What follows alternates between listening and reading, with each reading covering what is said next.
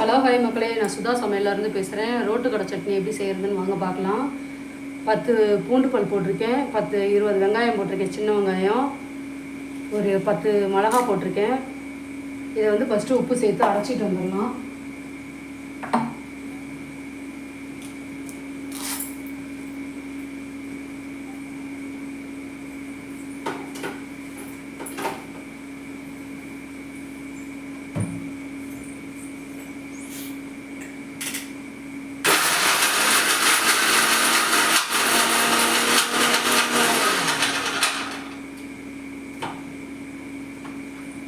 குறைன்னு அரைச்சிக்கலாம் நல்லா. அடுத்து பாருங்கள், தக்காளி எடுத்துகிட்டு போய் அரைக்கிறேன்.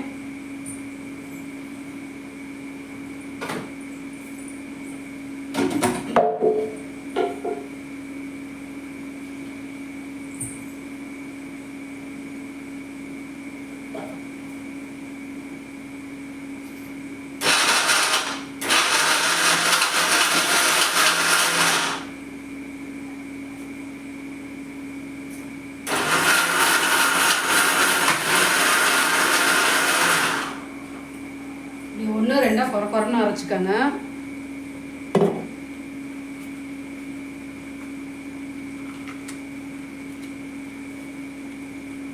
வாங்க எப்படி தாளிக்கலான்னு பார்க்கலாம்.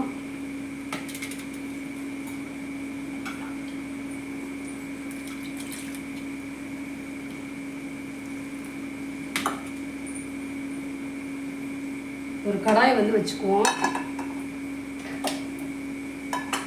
எண்ணெய் ஊற்றிக்கலாம். நல்லெண்ணெய் தான் நான் சேர்க்குறேன். இதுக்கு வந்து நல்லெண்ணெய் சேர்த்திங்கன்னா டேஸ்ட்டாக இருக்கும்.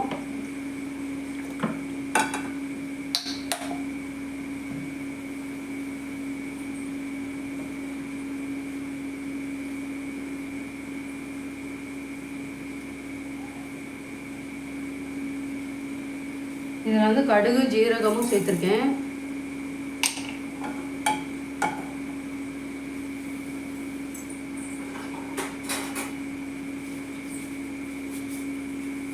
நல்லா பொரியட்டும்.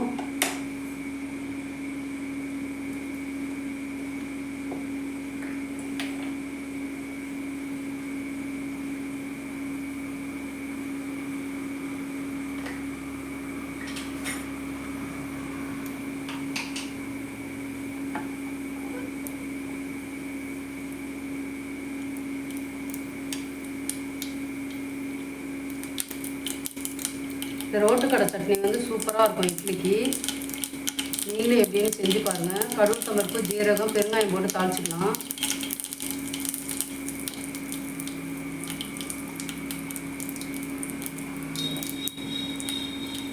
இப்போ வந்து நம்ம அரைச்சி வச்சுருக்க விழுதை வந்து சேர்த்துக்கலாம்.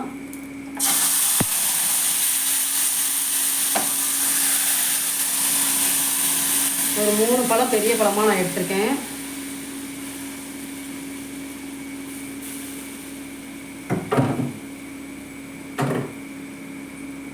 இதை வந்து நல்லா கலந்து கொடுத்துக்கலாம்.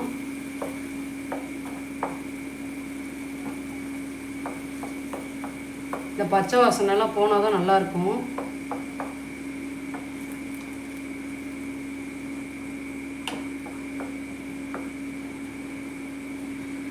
நீங்களும் ட்ரை பண்ணி பாருங்கள், சூப்பராக இருக்கும். பெருங்காயம் இதெல்லாம் போட்டு நல்லா ரோட்டு கடையில், தள்ளுவண்டி கடையில் எப்படி நம்ம சாப்பிடுவோமோ அந்த டேஸ்ட்டில் இப்போ இருக்கும். உப்பு இருக்கான்னு பார்த்துக்கலாம்.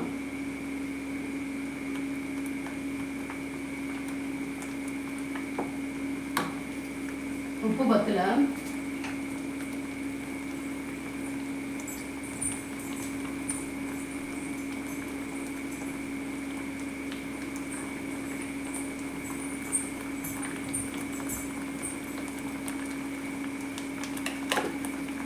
உப்பு சேர்த்து நல்லா கலந்து கொடுத்துக்கோங்க.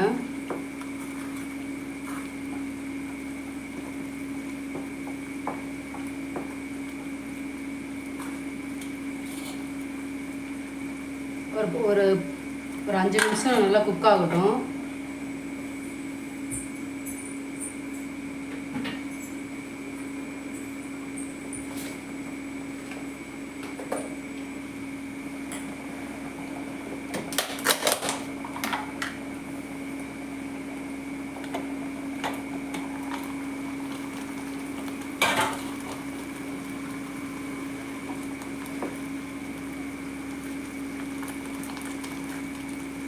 இப்போ வந்து தண்ணி நம்ம வந்து வேணுங்கிற அளவு தண்ணி சேர்த்துக்கலாம்.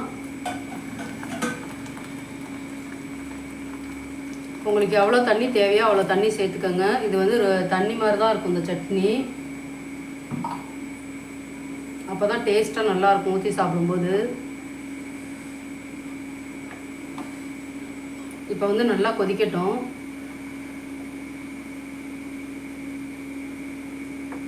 கடைசியாக கருவேப்பிலை போட்டுக்கலாம், அப்போ தான் டேஸ்ட் இருக்கும். சூப்பராக இருக்குது. நல்லா கொதி வரட்டும்.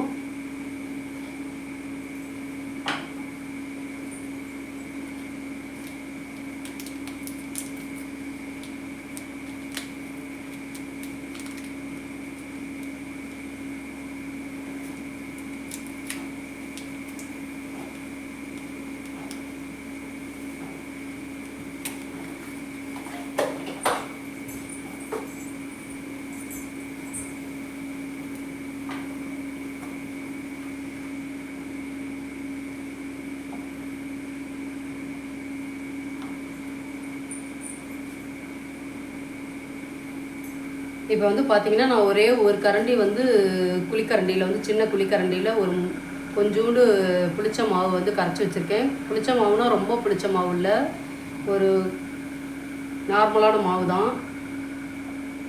இதை வந்து கலந்து கொடுத்து நீங்கள் இந்த மாவை வந்து இதில் அப்ளை பண்ணிங்கன்னா ரோட்டுக்கடை தக்காளி சட்னி ரெடி ஆகிடும். கொஞ்சமாக ஊற்றிக்கங்க, ஏன்னா தடிப்பமாக ஆகிடும், இது கெட்டியமாக ஆகிடும். நான் வேணுங்கிற அளவு மட்டும் ஊற்றிக்கிறேன். நல்லா கொதிச்சு வரட்டும். சூப்பராக சுவையான ரோட்டுக்கடை சட்னி பாருங்கள், ஒரு 1/4 மணி நேரத்தில் ரெடி பண்ணிடலாம். இட்லி அந்தாண்ட வெந்துட்டுருக்கு. இந்த ரெசிபி பிடிச்சிருந்ததுன்னா எல்லாம் சுதா சமையலுக்கு எல்லாம் லைக் பண்ணுங்கள்.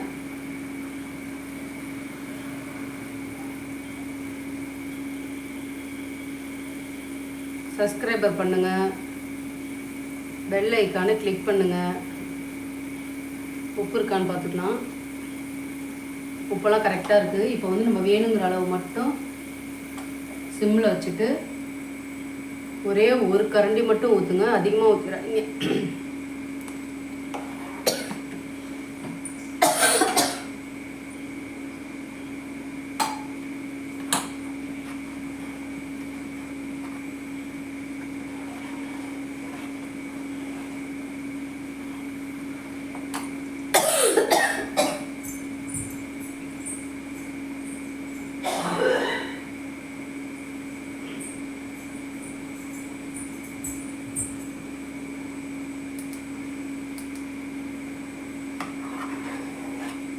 பாருங்க, அவ்வளோதான்.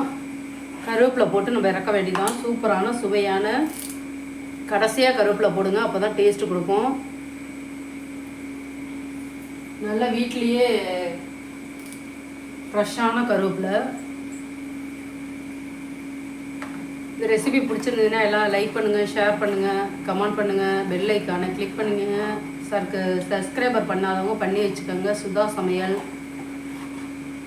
ரோட்டுக்கடை சட்னி ரெடி ஆயிடுச்சு. ஓகே உறவுகளே, நன்றி.